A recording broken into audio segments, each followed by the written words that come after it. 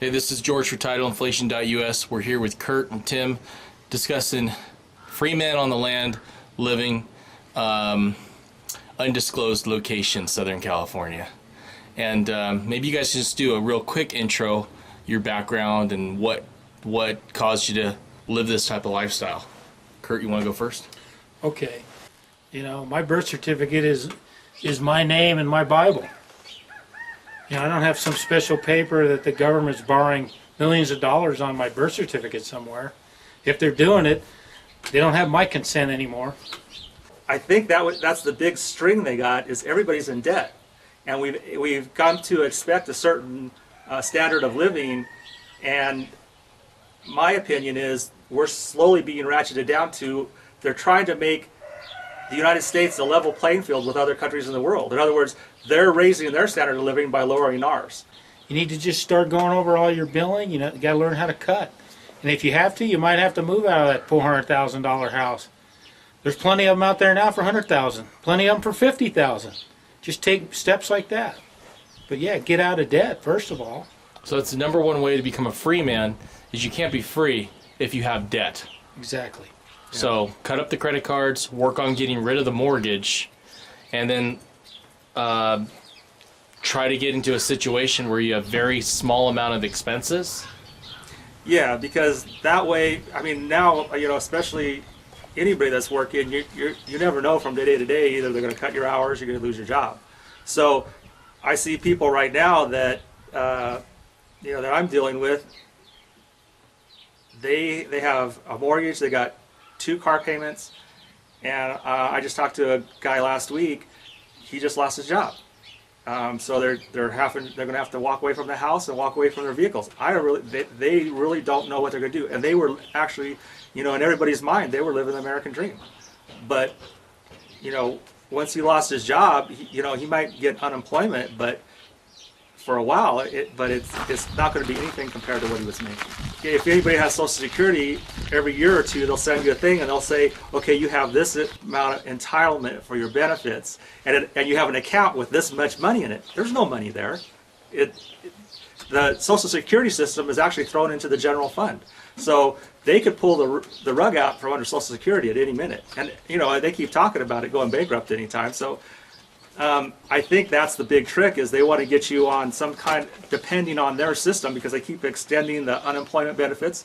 And you know, it sounds reasonable, but you know, how can you keep dishing out something and no money be coming in? I think at some point, relying on all these benefits is going to be to our detriment, because like I said, it's going to be like a Katrina situation where we're counting on big government to save us, and they're not going to be there. We want to have peace in our life. In other words, we don't want to be always scared or worried, and we want to do as we want to, as long as we don't injure somebody else. And it seems to now that everything that, if we want to do something, including work or have property, it's all regulated. And if you go to biblical law, one basic law in there is, owe no man no debt. Well, sorry folks, in this country, owing debt, that's the name of the game. The government's the biggest debtor that ever existed on the face of the earth. Well, if you go back and you study the history, you know, I mean, first they created the Federal Reserve, which was the violation of the Constitution in the first place, because Congress can't delegate to a private anybody something that's their responsibility. That's number one. It took them 20 years to bankrupt the country. If you look at in 1913, when the Federal Reserve was created, the United States was the wealthiest and the largest creditor nation in the earth. 2013 will be 100 years. I think we're the biggest debtor nation. Anyway, it took them 20 years, and basically if you read the Constitution, this has never been amended, all money must be gold and silver. You can't print it. It's a commodity. Somebody had to go out and mine it, make it, melt it down, and so it was equal, it was fair. And if you understand what justice is, and you know, he was saying, what does it mean to be a free man? I'm saying it's being a moral and responsible man. Because if you understand what justice is, if you read up the definition, and then you know, you go to court, you're expecting justice. It means rectitude, which means a moral character. Which is fair for you is fair for me.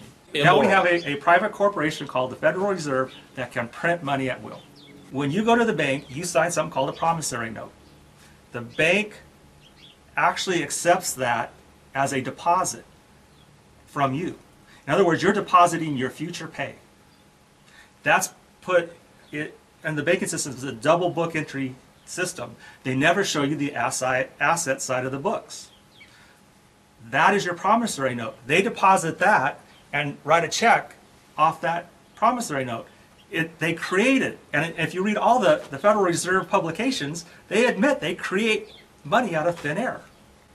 So, to me, that's not a just system. People are realizing, okay, it's a win-win situation for the bank and it's a lose-lose-lose for the people.